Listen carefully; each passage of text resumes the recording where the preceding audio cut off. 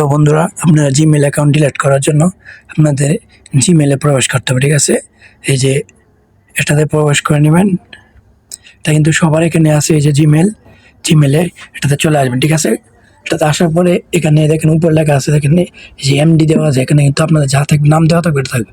এখানে ক্লিক করে দেবেন। ক্লিক করে দেওয়ার পর এখানে আপনার যতগুলো জিমেল আছে এখানে সব শো করবে। তো আপনি এখান থেকে যে জিমেলটা ডিলিট করবেন, এই জিমেলটা উপরে দেখেন, আমি উপরে এই জিমেলটা ডিলিট করতে যাচ্ছি।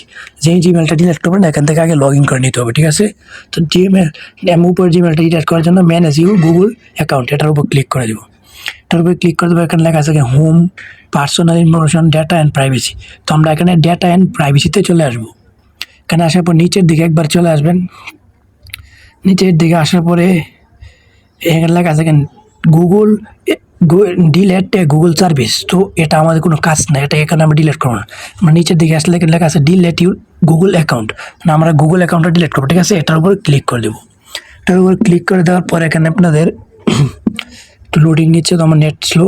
তারপর এখানে চাচ্ছে আপনার মোবাইলের পিন চাইবো বা পাসওয়ার্ড চাইবো, পিন দিয়ে দিবেন। ঠিক আছে, আমি এখানে পাসওয়ার্ডটা দিয়ে দিলাম।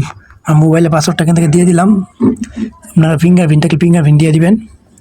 দিয়ে দেওয়ার পর কিন্তু এরকম ইন্টারফেস শো করবে। ঠিক আছে, তো আমার এখান থেকে নিচের দিকে চলে আসবো। নিচের দিকে এসে এখানে দুইটাই টিক মার্ক দিয়ে দেবো। ঠিক আছে, কিন্তু আমার যেহেতু এই যে সবগুলো ডিলেট, ইউটিউব চ্যানেল ডিলিট করবো, আবার সব জিমেল সার্ভিস, তাহলে এখানে দুইটাই দিয়ে দেবো। ঠিক আছে, তারপর ডিলেট অ্যাকাউন্টে এখানে ক্লিক করে দেবো। অ্যাকাউন্টে এখানে ক্লিক করে দেওয়ার পর একটু লোডিং নেবে।